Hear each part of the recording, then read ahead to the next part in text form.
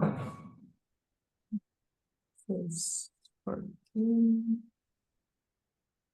so hi everyone. It's great to start the 2025 seminar series with an exciting talk today. We're doing a hybrid talk with Professor Luke Bennetts visiting Swinburne University. I will pass on to Professor Richard to introduce him and introduce the talk.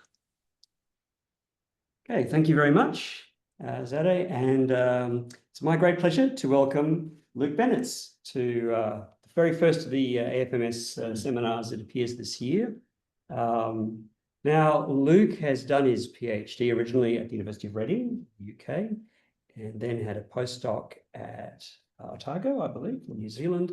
Following that, he moved to the University of Adelaide, and very recently has now become Professor of Applied Mathematics at the University of Melbourne. Now, in his career so far, it has been a really fantastic output of work where we're really seeing that interaction between ocean waves, sea ice in particular. Many other things Luke has done, but they include other things than ice bobbing up and down in the sea. In particular, one thing we've been very happy to collaborate with Luke on, wave energy converters, and that's the topic of his talk today. Metamaterials, Bloch waves and rainbow absorption of water waves by wave energy converters. So without further ado, Luke, over to you. Thanks, Richard.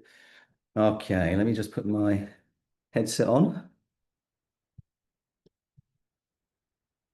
And mute everyone online, so just wave if you can't hear me or something goes wrong with the slides. Okay, right, okay. All right, so thanks to everyone who is here in person in the room. Thanks to everyone who has come online. And thanks very much to Richard for setting up this talk and for the nice introduction.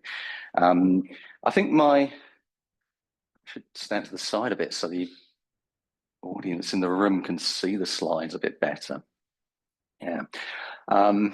I feel like my title here is not, don't take this to be all the items that are going to be weighted in an equal manner in this talk. These are all things I want to tell you about, but when I was putting the slides together, I thought it was best to come at it from the side of the application or the actual problem that we want to solve, which is how you would construct an array of what we call wave energy converters in order to capture a broad range of ocean wave energy. I'll define that a little more in a few slides' time.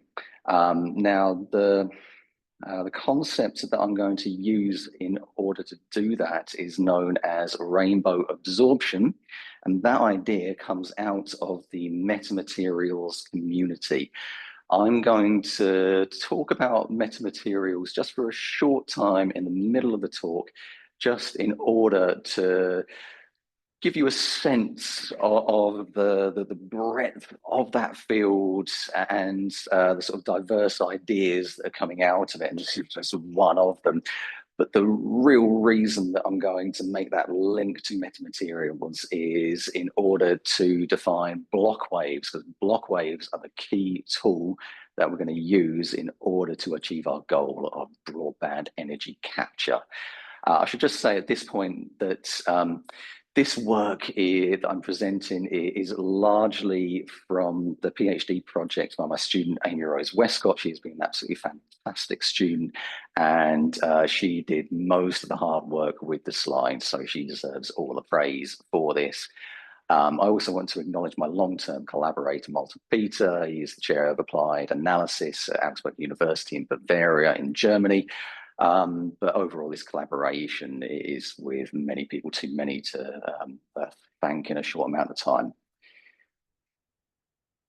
Aha. Technology letting me down. This image that I put in the background of my title slide is a really fantastic one. It is not mine. It was created by a company who are designing wave energy converters, and it's been used by myself many times and also many others in this community, because it really captures the essence of what's possible and what we're trying to do here.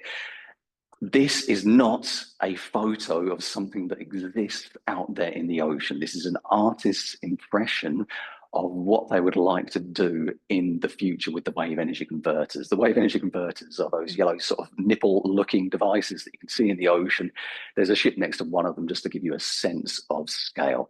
So what they want to do is to put these out in a large array in order to achieve a large amount of energy capture.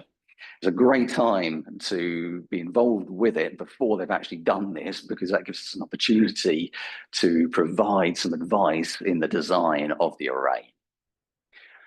So the sort of things that I'm going to think about in today's talk is the layout of the arrays, so the spacing of the devices, the number of the devices, and so on, and also the tuning of the devices, in particular their resonant properties.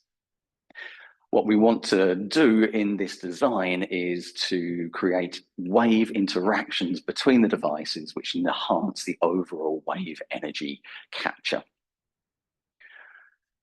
So we're going to stick this array out in the ocean, and then it's going to be subject to some incoming wave field, which we can't control. No matter what wave fields we get coming in to this array, we want to capture a large amount of its energy. That is the key challenge that we have in this field. In particular, we need to think about the different frequencies that make up the incoming wave spectrum, and also the distribution of directions in there.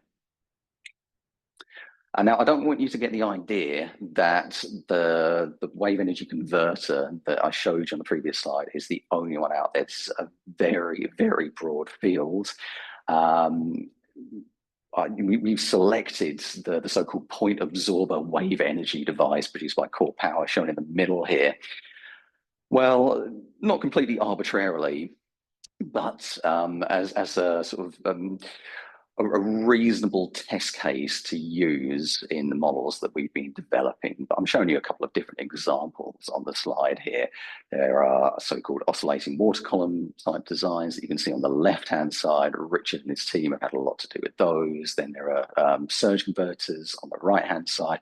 There are many other out there. I mean, it's a really exciting multidisciplinary field to be in. There's a lot of fluid mechanics in there, a lot of mechanical engineering, electrical engineering, and also from my angle, there's a lot of wave physics in there as well. So here is an image of the wave energy converter that I'm going to use, let's just say, as inspiration for my model. And now I'm taking it through the entire water column so that you can see what's going on below the surface. At the top, do I have a cursor here? No, never mind. Okay. At the top there, that bit that you see sticking out of the ocean, that's what we refer to as a heaving buoy. It's moving up and down with the waves, and that is going to be generating power. Then it has the attachment to the bottom, and we refer to that as a power takeoff device. I'm glossing over a lot of the complexity here, but there are two essential components to that. Firstly, there's a part that creates resonance in heave motion at a desired frequency, and then there's an energy capture part of there which extracts the energy. And you have to take account of the competition between the those two components of the system in order to be able to get optimal energy capture. So here is an illustration of my mathematical model of the wave energy converter we saw on the previous slide. We'll start off with just the single body problem, so a single wave energy converter. I'm going to be using linear theory on the assumption that the amplitudes of the waves that we're dealing with are small. And that allows me to map the problem from the time domain to the frequency domain. And we'll spend most of the talk in the frequency domain. this means that we're going to be using linear potential flow theory, and our key unknown will be the velocity potential, capital phi. And because I'm mapping to the frequency domain, I can use this expression in the bottom left-hand corner here. There we go. I've got my cursor now. That's not behaving very well. So that I just need to treat the spatial dependence, lowercase phi, and I'm going to be working with an arbitrary but described angular frequency, omega. So the equation of motion for the device is one which should be quite familiar to you, and is going to be in terms of the heave amplitude of the device. That's the highlighted term there, XIH. It has a mass term which is proportional to the frequency squared, a damping term which is proportional to the frequency and has an imaginary component to it, and a stiffness term. And on the right-hand side, the motions are forced by the so-called excitation force, which comes from the instant wave field. And just note that we have three terms there that are frequency dependent. A, which is the added mass. B is the radiation damping. So that's the energy that's lost by the device to the waves it's creating. And then the excitation force. And it's this frequency dependence which makes it a more complicated problem than a standard mass spring type problem. But now we also need to consider what's going on in the water. So we need to know the velocity potential. And for that, we need to solve Laplace's equation throughout the water domain. And I'm considering the water domain to extend to infinity in all horizontal directions and to be finite in depth. And we then have a couple of surface conditions. We have the important one on the water surface, which is telling us that gravity is a restoring force. And then we have a no normal flow condition on the seabed. Now, I'm not going to go into the details of solving this problem. It's an absolutely classic problem at this stage, other than to tell you essentially what we want to do with these types of problems is we want to encapsulate the behavior of the wave energy converter in an expression like this, where this matrix B is known as the diffraction transfer matrix, and that is going to relate the incoming waves, which we've reduced down to a vector D, to the scattered waves, which we put in a vector A. Now I'm going to move up to an array of devices. I'll go with an arbitrary number n of wave energy converters, but to begin with, I'm just going to treat the two-dimensional problem because it's much easier for me to explain the underlying principles and theories in 2D. Just to be definite, I've applied, I've given you some characteristic length scales for the heaving buoys. And in order to move from a single wave energy converter to an array of wave energy converters, we're going to use what's known as multiple wave scattering theory. I'll tell you about that on the next slide, but what we want to get out of this is the collective scattering response of the array of wave energy converters. And in 2D, we can encapsulate that in terms of a reflected amplitude, call it capital R, which these are the waves that are being reflected back towards the incoming wave field, which is coming from the left-hand side, and then a transmitted amplitude, capital T, and that gives us the waves that are reaching the other side of the array. And just note that we're now working with complex valued unknowns. And what we're going to be after is this output alpha, which is a function of frequency and is our absorption parameter. That's going to tell us the proportion of the instant wave fields that we're capturing with our array. And we can write that in terms of the reflection and transmission coefficients using that simple expression there. And then we're going to aim to set the transmission to 0 and the reflection to 0 simultaneously. If we manage to do that, then we're going to get alpha is equal to 1, and that's telling us that we're capturing all of the incident wave energy. That's our goal. So I promised to tell you just a little something about multiple wave scattering. So what we're going to do is we're going to calculate the scattering characteristics for each of the wave energy converters individually. For this 2D problem, we can do that in just by getting relations between the incoming waves. If we take the first wave energy converter here, we've got A1 plus and B1 minus to the scattered waves, which we'll call A1 minus and B1 plus. Now we have to consider incoming waves from both sides because we need to consider instant waves that not only the overall instant wave field, but also the waves that are scattered by the other wave energy converters in the array. So we can encapsulate that in this matrix relation. We go through and do that for each of the wave energy converters in turn, and we can then use essentially some linear algebra done in some smart fashion in order to turn that into a scattering relation for the entire array. And we can identify out of that the key unknowns that we're after: reflection coefficient R, transmission coefficient T.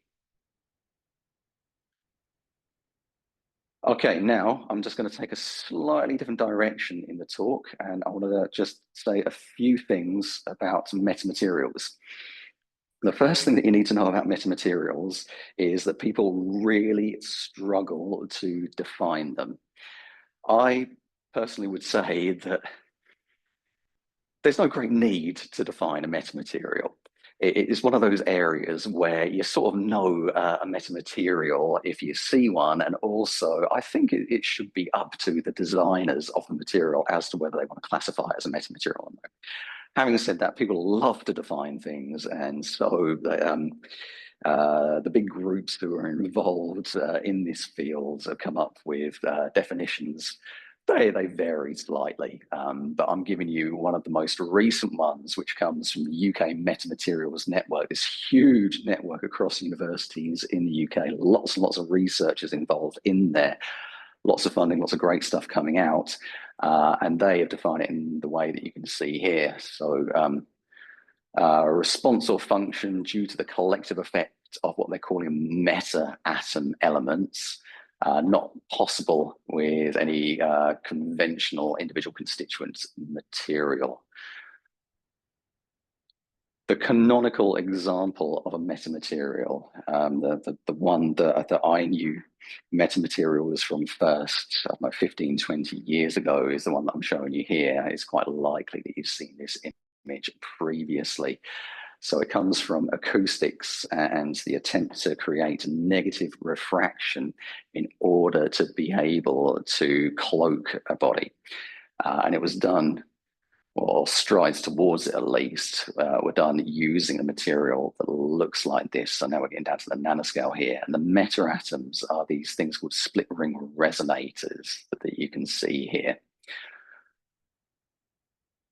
But the only thing that you need to know about metamaterials in order to go on with the talk is that if we take the simplest possible case that I'm showing you on the right-hand side here, so this is some sort of 1D material that I'm showing with the horizontal black line, and then I'm not specifying what these are, these grey dots, but these are going to be our meta-atoms.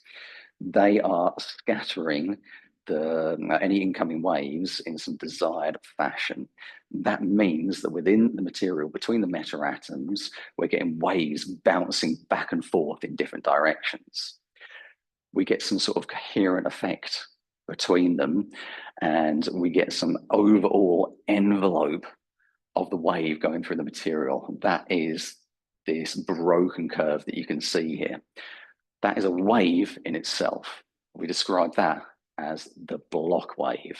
And it's that Bloch wave that we want to be able to control, because if we can do that, then we know we're achieving the desired properties of the underlying metamaterial. Okay, so I've got a little bit abstract there. metamaterials are a huge thing in optics, huge thing in acoustics, elasticity, and so on. Not that much done in terms of water waves. You probably wouldn't think about meta-atoms in terms of water waves, but now I'm showing you that first slide again, and I want you to think about this as your metamaterial. The water surface is the underlying medium, and the wave energy converters, they are our meta-atoms. So that's the philosophy that we're going to take in order to design the array of wave energy converters. So now I'm going to define the Bloch waves for our wave energy converter array. In order to do that, I'm going to take our overall array and then divide it up into what I call unit cells, where each unit cell contains a single wave energy converter. We can put it wherever we like, but why not put it in the center? So you can see two examples on the right-hand side here. I'm then going to treat each one of those unit cells individually, and I'm going to look to calculate the Bloch wave modes for each of the unit cells. So I'm going to call my Bloch waves for the nth unit cell psi plus and psi minus, where plus is carrying energy to the right, minus is carrying energy to the left, or at least in general, I'll be doing that. And I find the Bloch waves by applying these quasi-periodicity conditions on either side of the unit cell, where I've set the unit cell to have a width capital W. And it's this Bloch wave number, beta n, that I'm going to be after. So that comes in a plus minus pair. Plus gives me psi plus, minus gives me psi minus. Now we have two generic cases. Our Bloch wave number is, we have to think of it as being a complex valued quantity.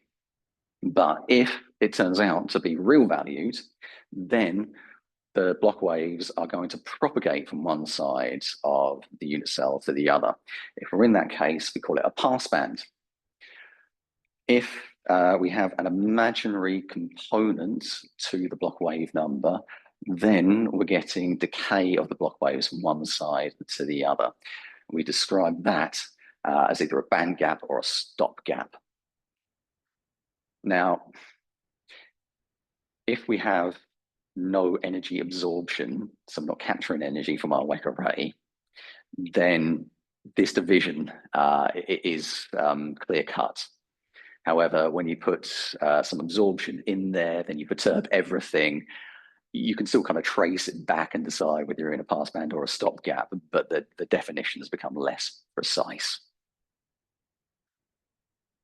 So in order to calculate our Bloch waves, actually, if we use multiple scattering theory, it's fairly straightforward. All we need to do is take our reflection and transmission coefficients for an individual cell and put them into what's known as a transfer matrix P, which carries the amplitudes from the left-hand side, the A's, to the right-hand side, the B's. The only thing that we need to make sure that we do here to get things correct is normalize the amplitudes to the edges of the unit cell rather than the edges of the WEC. Just know that I've dropped all subscripts and superscripts because it was getting a little too weighty at this point. And then we can calculate the Bloch wave numbers beta from the eigenvalues of the transfer matrix in the fashion that I'm showing here. Okay, so I'm going to start out with some results, and I'm going to take 5 wave energy converters in my array, and I'm going to say that they're all identical, and I'm going to have no absorption. The results that I'm showing you here, we've got distance along the array shown on the horizontal axis, frequency along the vertical axis. The colorful parts you can take to be the maximum displacement of the surface, and the red curves are the heave amplitudes of the wave energy converters. So if we go, the waves are coming from the left-hand side as they were previously. If we go to low frequencies, then we're getting very little happening as we move from one side of the array to the other. The waves are just propagating through. And then if we hit a frequency of about 0.4 radians per second, we get this sort of dramatic shift to none of the waves getting past the first wave energy converter, or at least the second. And that lasts for quite a wide band of frequencies. And just note that it comes soon after we get this resonant response in the wave energy converters. Then we keep on increasing frequency. We go back to getting waves propagating through the array, but we're getting much more interesting behaviors going on here before we get to the highest frequencies. And again, we get that shut off of the wave energy propagating through the array. So now I'm going to introduce you to what we call the band diagram on the right-hand side here, which is showing the real parts of the Bloch wave number beta just scaled against frequency. And what I want you to pick out in particular is that first shut off in the waves propagating through the array. It corresponds with a band gap. It also corresponds, band gap also corresponds to the higher frequency blocking of the waves. But it's this first band gap which we'll define to be the local band gap, which is the one that we're going to play with from now on. So where we see these bands, this is where we get the waves propagating through the array. They're the pass bands for us. And the only reason that we're getting more interesting behaviors going on at the high frequencies is just standard wave interference. The waves have gone to become shorter because of the higher frequencies, and then they're bouncing off the back and front ends of the array and interfering with one another. Now, we can control the location of that first band gap by setting the resonant frequency of the wave energy converters in the array. So I'm just showing you one example here, right? That's the resonant frequency, that cross there, and that's determining this first band gap. So what we're going to do is we're going to move through the array, and we're going to shift the resonant frequency of the wave energy converter at the different locations within the array. And in doing so, we're going to shift the band gap. So there are 3 examples where we've been shifting to higher frequencies as we go towards the front of the array. So now I'm just filling in the other wave energy converters in there.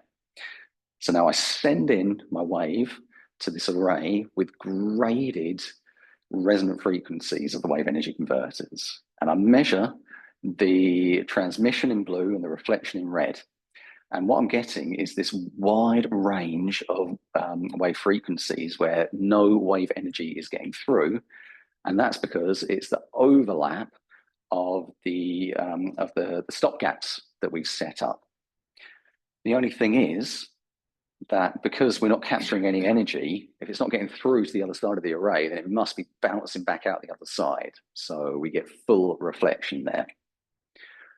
So what we've done here is we created, in the metamaterial parlance, what's known as a rainbow reflector. We are getting full reflection over a wide range of frequencies by grading the resonant properties and controlling the corresponding band gaps in each of the unit cells along the array. Okay, so here's another perspective on it. Reflection and transmission shown at the bottom. I've got my 5 wave energy converters in my array on the top. Just note that I've flipped the frequency axis so that the frequencies correspond to the physical locations of the wave energy converters that we're controlling here. What I'm going to do now is I'm going to add energy capture into each of the wave energy converters in the array one by one and see what happens. So I'm going to start with the second to last wave energy converter in the array. I'm not actually going to put energy capture at the last wave energy converter because it's actually more efficient just to leave it acting like a wall to the waves reaching it over a band of frequencies. So what I've done by adding in damping for the one wave energy converter is that I've by selectively choosing that damping, I've pulled the reflection down to 0. So now reflection 0, transmission 0, so absorption must be perfect, must be 1. I do it again for the next wave energy converter, and again, till I reach the front. So what I'm doing here is I'm superposing that perfect absorption at the frequencies, and in doing so, I have created very high absorption over a broad range of frequencies. In fact, I've managed to do it over wave periods from 5 seconds to 20 seconds, which is basically the range where you want to capture wave energy. And I'm getting an average absorption over that interval of over 98%. So now this is what we call a rainbow absorber. It's an extension of a rainbow reflector. And I just want to note that we've managed to do this using an array which is comparable to the lengths of the instant waves that we're considering. Now, if I get picky about this, I would say that the absorption is not as good at the highest frequencies on the left-hand side as it is for the lower frequencies. So we think about how we might deal with that. And we're going to measure our ability to absorb the get broadband capture of the wave energy using this average absorption alpha over the frequency range that we're considering. So we could optimize the grading, just use some package optimization routine from MATLAB. Well, it improves things, but not a great deal, in this case at least. Our other option is to increase the number of wave energy converters in the array. So now we've gone up to 9, which is still a reasonable number, and used optimization. The more wave energy converters we put in there, the more useful it is to use an optimization algorithm alongside the tuning. In doing that, we've got what we call near perfect absorption over the broad range of frequencies, 99.9%. So we were pretty happy about that. Now, look, I'm just going to show you some time domain results, which I hope better illustrate the role that Bloch waves play in this rainbow absorption. I'm going to show you the case of 5 wave energy converters just because it's easier to visualize. I'm not showing you the response to the wave energy converters here, just the wave field. So we've got distance along the array, along the horizontal, and now we have time going along the vertical. We're going to send in an instant packet, which is shown by this black broken curve on the left-hand side. And we are going to set the frequencies such that the central frequency of the packet corresponds to the resonance of the 4th wave energy converter in the array. And we measure the transmission in blue. We get no transmission there. But the problem is that without absorption, we now have a rainbow reflecting array. All of the wave energy bounces out. That's that red curve. So now I'm going to split the time-dependent wave field that comes in response to that instant wave packet into what I call the rightward time domain Bloch wave. Okay, it's just an integration of all the different rightward propagating Bloch waves at the different frequencies. And what you see there is the wave energy propagating along the array until it reaches the 4th wave energy converter, roughly speaking.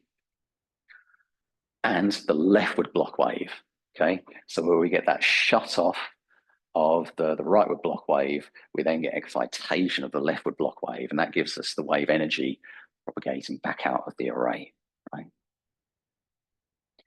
And now I'm going to add in the absorption in order to get a rainbow absorbing array. I'm showing you the entire wave field here, and you just see the wave energy propagating through the array, not propagating back out again. And that's confirmed by the red curve that you can just about see here, which is the reflected wave field out on the left-hand side of the array. So now I do the decomposition into the rightward Bloch wave, which I'm showing you here, looks just like the full wave field confirmed by the leftward field, which is 0, okay? No leftward Bloch waves generated because all of those rightward Bloch waves are absorbed by the wave energy converters. Okay, in what time I have left, I'm going to tell you about the extensions to 3 dimensions. So I think it's helpful first to have this sort of perspective on the 2D version of the model. This is what it looks like in 3D because everything is uniform in the X direction going along the slide. So we, just as a recap, we graded the resonant properties of the wave energy converters in the array such that we formed a rainbow reflecting array where higher frequencies are reflected at shorter distances into the array. And then we tuned the damping term in the power takeoff for each of the wave energy converters in the array such that the waves aren't reflected, they're absorbed instead. But now we want to move to the 3D problem where the meta-atoms, the wave energy converters look like this, like we saw earlier. The difficulty here is that now that is scattering waves in all directions, not just back and forth like in 2D. So the way that I'm going to go about doing this is to replace the uniform wave energy converter in the X direction with a row of wave energy converters in a 3-dimensional fashion, which I'll call a stack. So I'm going to have infinitely many of those wave energy converters in each stack, and they're going to be identical and equally spaced. Now, the benefit of doing that is that you reduce the collective reflection and transmission behaviors of the stack such that the reflected and transmitted waves come at a discrete set of directions, which you can calculate a priori. Here is the mathematical definition of it. I don't think you need to worry about that too much. The important thing is that there's a well-defined set of angles, chi, in there, okay? So we've got our set of propagating directions for the reflected and transmitted fields. There are also lots of decaying directions in there. I'm glossing over some of the details here. But I can put all of that information into reflection and transmission matrices now, rather than scalars. And then I just apply similar multiple scattering theory to the one in 2D. It's just a lot more algebraically cumbersome. And that's going to give me an overall reflection and transmission for the entire array. Now, there's an extra simplification we can make here. We want to focus on capture of low frequencies, and the low frequencies that we're interested in reduce the number of angles reflected and transmitted by the array just down to 1. Okay, so really we're back in the same situation that we were for the 2D array, just with a lot of other junk that we have to worry about on the side during the calculations. So let's try and do the same thing that we did in 2D, okay? We're gonna start out with nothing, full transmission, 0 reflection, and we're gonna add a stack at a time and tune the resonant properties of the stack, no damping to begin with. And so by doing that, we can reduce the transmission at chosen frequencies to 0 at the expense of having reflection going to 1 at those frequencies. So we go through our stack doing that, and then we go back through adding in damping to each of the stacks. So just like the 2D case, we start with the stack that is second to last. And every time we do our best in tuning the damping to get high absorption. And what we're showing here is that with 5 stacks, we're getting over 93%. It's not as good as the 2D case, but it's much more challenging than the 2D case. What we found is actually in the 3D case, if we add damping to the last stack, then actually it gives a positive effect. So we've now gone over 94%. Here is a short movie, and that movie is in decreasing frequencies, hopefully to give a better sense of the rainbow effect that we're seeking to achieve. So as we go down in frequencies, what you're seeing is that incident field coming in from the left-hand side is getting farther and farther through the array before it's being absorbed. What I should have pointed out explicitly is that in that previous example, we assumed that the incident wave field had a normal direction to the array. But as I said at the very outset, we want to be able to take account of a broad range of frequencies as well. Now, the way that I'm going to deal with this is by doing nothing, okay? Which might seem lazy, but my argument is that everything that I've shown you up to now is controlled essentially by the resonant frequencies of the wave energy converters and the grading of them. And the resonance doesn't care about which direction your instant wave is coming from, because my wave energy converters are axisymmetric. So if it should work for all of the different angles. The only thing that's going to change really is the way that we tune the damping. But you have to make some concessions here, okay? So we just said to begin with, what if we just apply the array that is tuned to normal incidence to different directions? What happens? And here you can see some results plotted. So this is the average absorption across frequency plotted against the direction of the instant wave field, where normal incidence is pi on 2. So in general, the high absorption is maintained as we go to oblique incidence. There's a bit of a drop off as we continue to increase, because we're going to end up with the waves just bouncing off of the first stack that they encounter. But the lowest that we get to by going to quite a reasonable angle there is down to 85% overall efficiency, and that's 6 stacks. If we increased it to 10, then we're still at around 90% absorption. We didn't do any optimization here, by the way. We actually decided that we could do it, but the benefit was so small, it's actually a stronger argument to say there's no need for optimization. Again, you could accuse us of being lazy in that case. And this is just a more detailed picture of the absorption versus both frequency and incident direction, just to highlight that it's very good across the frequency direction space. The only place that you might point out that we could do better is down in this bottom corner, high frequencies and large instant angles, but it's still large absorption. We compared with finite arrays, because that might be your next argument. You know, how are you going to have an infinite stack of wave energy converters? So here's just one example to show that what's predicted by the infinite array, shown on the left-hand side, is more or less maintained by the finite array, as you'd expect, just with some boundary effects on the left and right-hand sides. All right, so I should be around time. So just as a summary, we have achieved our aims of broadband high absorption, where we've taken 90% to be high absorption. Sometimes we do better, sometimes we just do a little bit worse. 90% is pretty good though. And we've done that by grading our array in terms of its PTO properties, its spring and its damping.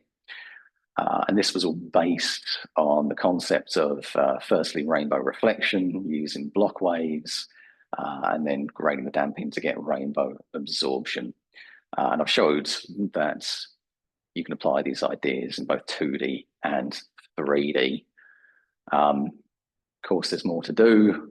You know, you might think we're being a bit restrictive by only treating heaving buoys, but if we added in more degrees of freedom, like surge and pitch, we can actually be better, because we can start to tune those as well. We've done that in 2D.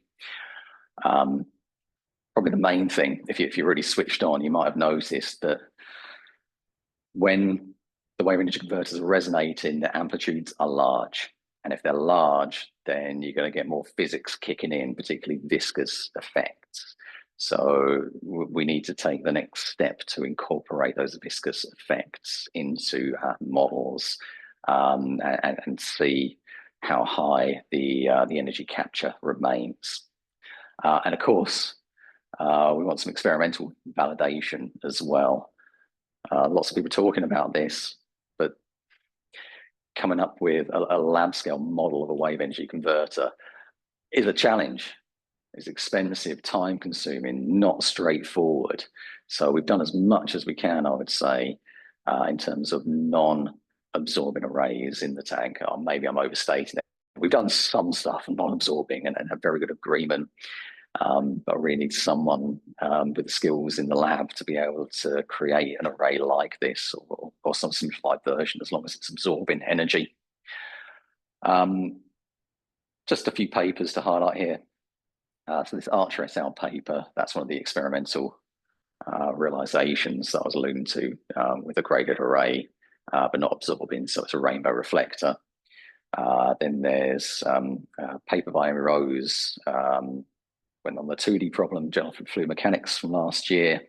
Contains a lot of the stuff that I spoke about today, but with a lot of complex analysis in there as well, another perspective on the problem. And I just want to highlight finally this Davies et al. Paper that has come out just over the past month, known as a roadmap. So this is Bryn Davies from Warwick, and he gathered together lots and lots of people working in metamaterials to talk about the current state of the field and future directions. And I was fortunately tapped me on the shoulder to write a section in there about metamaterials for water waves. So if you are interested in that, and that brought a picture on metamaterials, then that's a good starting point. All right, that's me. Very happy to take questions. I'm going to unmute those online. Okay, so what questions coming from there? Oh, Didn't see the. Oh, sorry. One, just a quick advert for a conference that a few of us go to. Yeah, CosWaves is going to be in Sydney next year. If you're interested in waves, we embrace all things waves. But I want to point out, with respect to my talk today, we have some of the biggest names in metamaterials coming as invited speakers. Really fantastic that we've got them coming, as well as excellent people working on capture of ocean wave energy.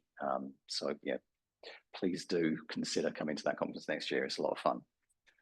Sorry, Richard, over to you now. Thank you. Should we ask if there's any questions online? Oh yeah, well, first of all, let me say thank you. Look, it was a great presentation. I really enjoyed it. So if there's anyone in the audience who has a question, feel free to either speak up or write in the chat. Can't see. Oh yeah, I do have a question. If can you hear me? Go ahead. Oh, Matthew, hi. Hi. Yeah, very nice talk. Thank you. I was wondering if you could talk a little bit about maybe what you think the limits of the linear theory would be. You know, there might be lots of wave interaction, maybe amplitude growing, and I don't know, maybe at some stage linear theory is no longer applicable, or otherwise, I don't know. Yeah, this is essentially what I'm alluding to. I was alluding to on one of my final slides about next steps. I mean, it is well known in at least the water wave world, if not more broadly, that linear theory is not going to give you accurate amplitudes around resonance. Generally speaking, it predicts the resonant frequencies accurately, but not the amplitudes there. It grossly inflates the amplitudes because it doesn't have those nonlinear viscous effects that kick in around resonance. So I'm pretty clear in my thinking that that is the next major step forward. I have some confidence that everything is still going to work when you go to the lab or a nonlinear viscous model.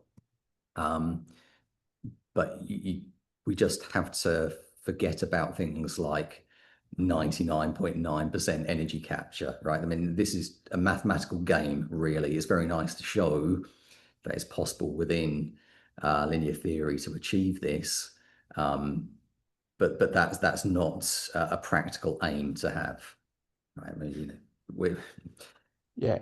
Thanks. And go ahead. and maybe just a follow-up question then, where do you think, you know, is this area supposed to be way out in the ocean or near the coast? You know, where would it apply best, basically? Oh, look, I think at that stage,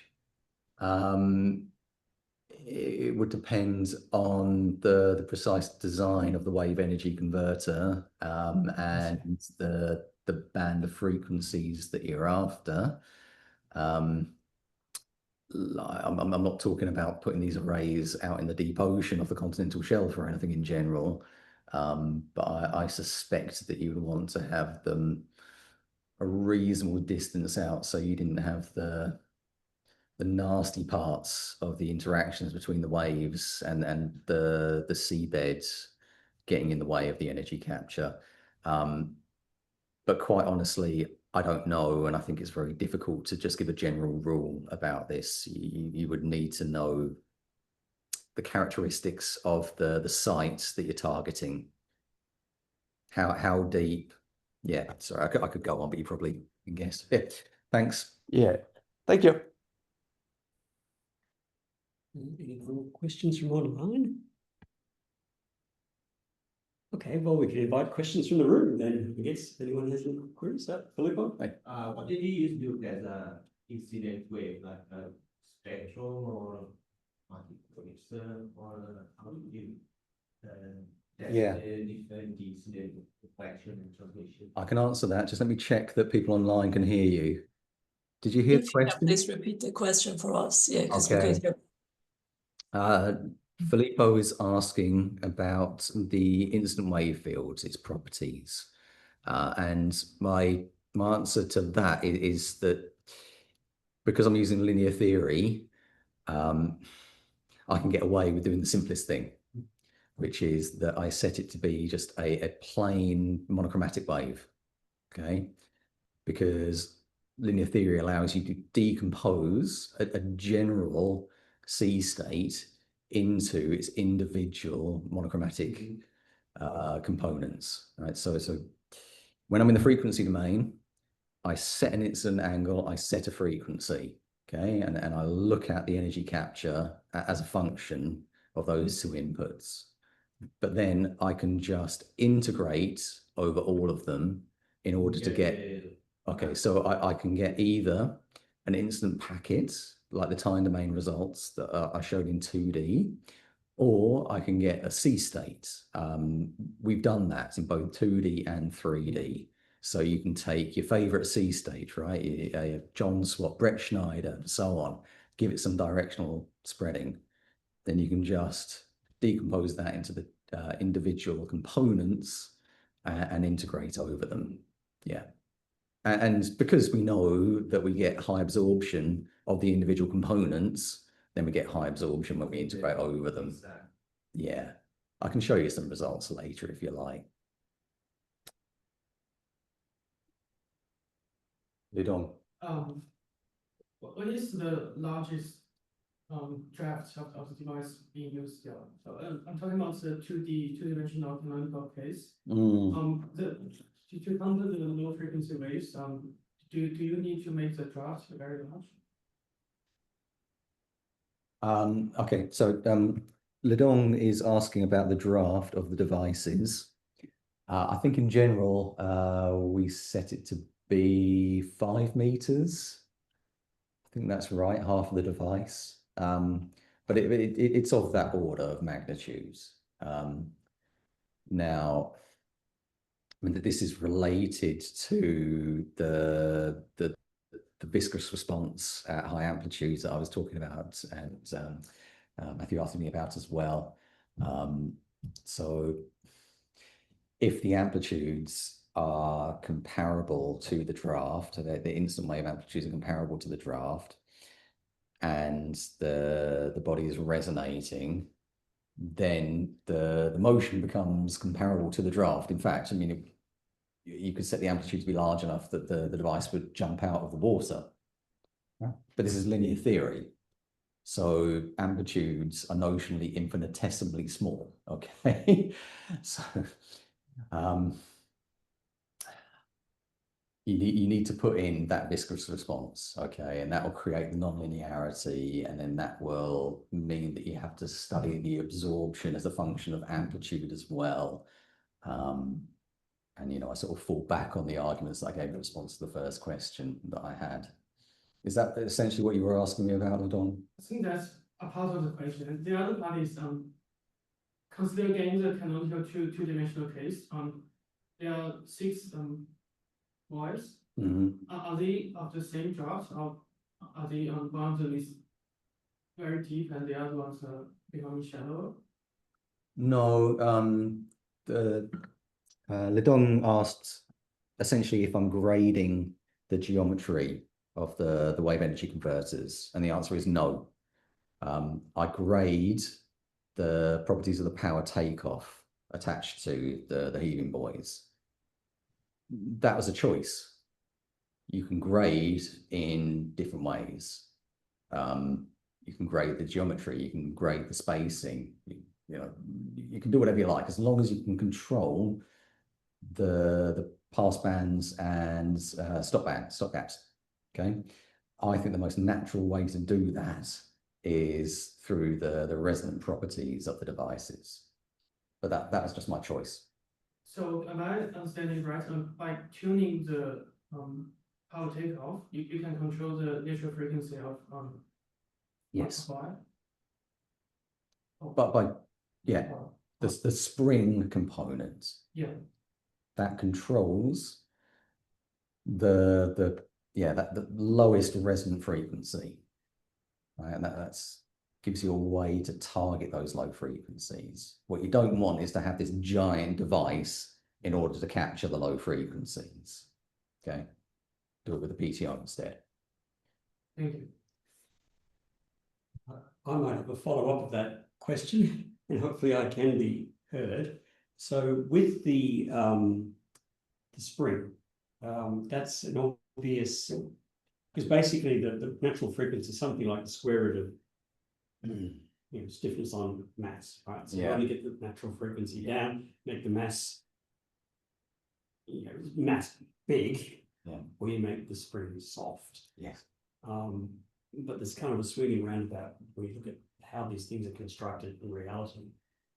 For example, if the PTO is hydraulic, the soft spring ends up meaning very, very low pressure.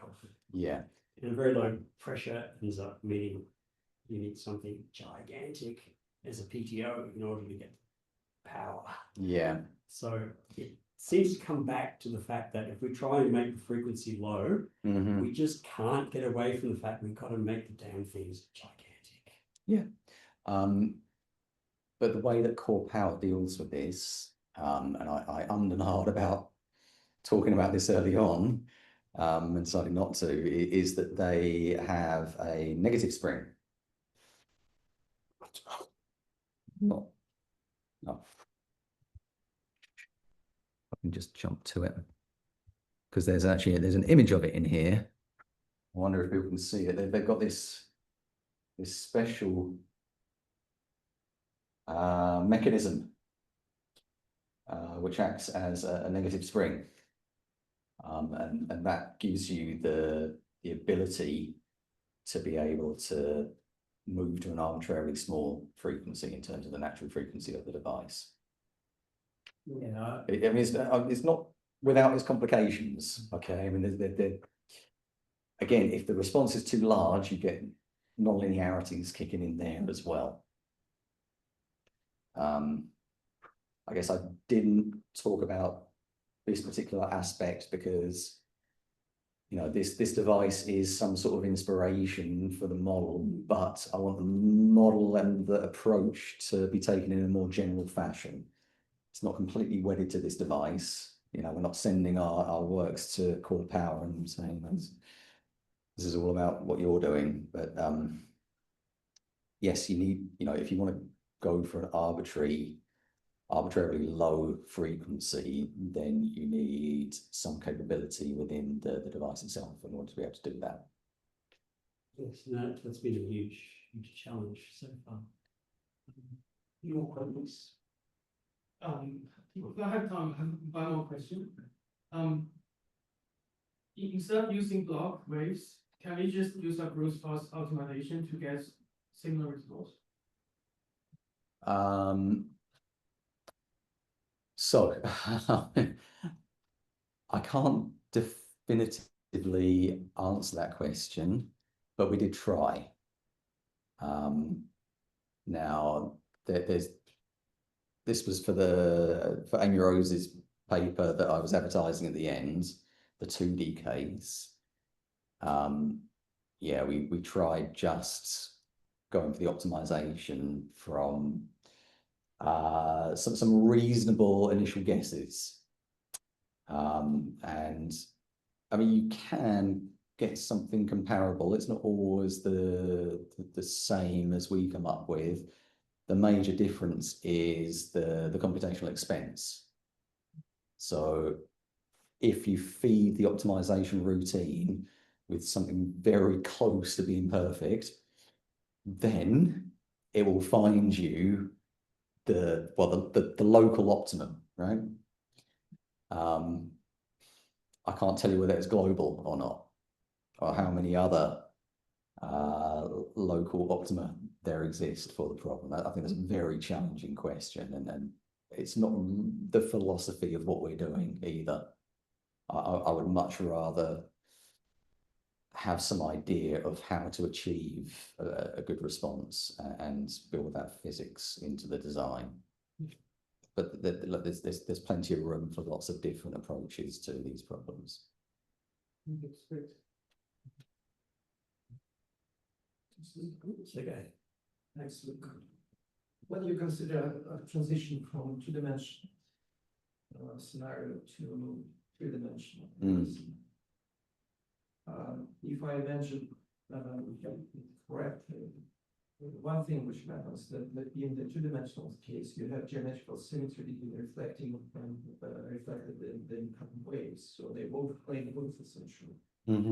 Well, if you consider three-dimensional case, so the realistic wave is pretty much probably plane wave, incoming wave, but reflection is cylindrical wave.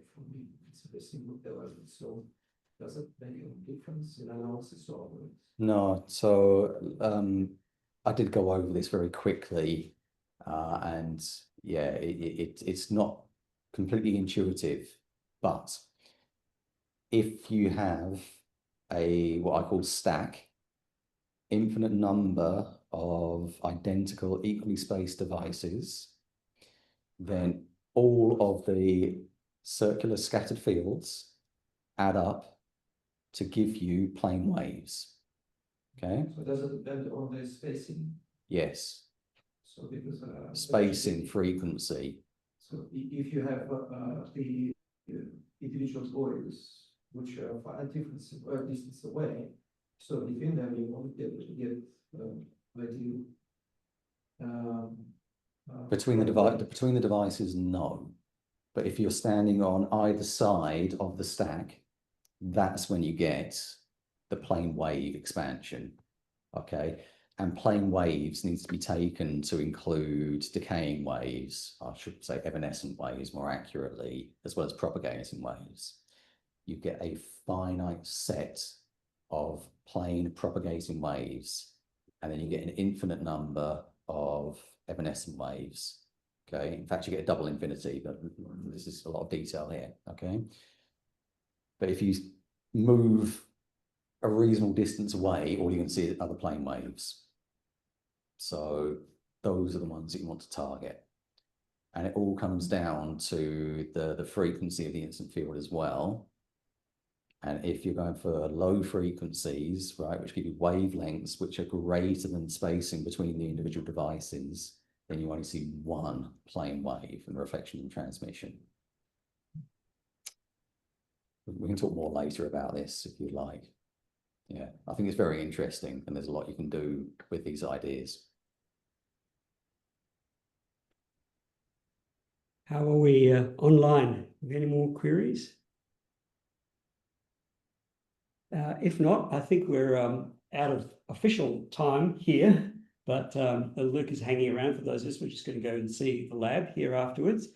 So I think from my perspective, it's been wonderful to see this work developing over the past few years or so. What we've seen today is just a fantastic summary of this really solid body of work, and we look forward to more from both yourself and Amy Rose in the very near term. So let's thank Luke again.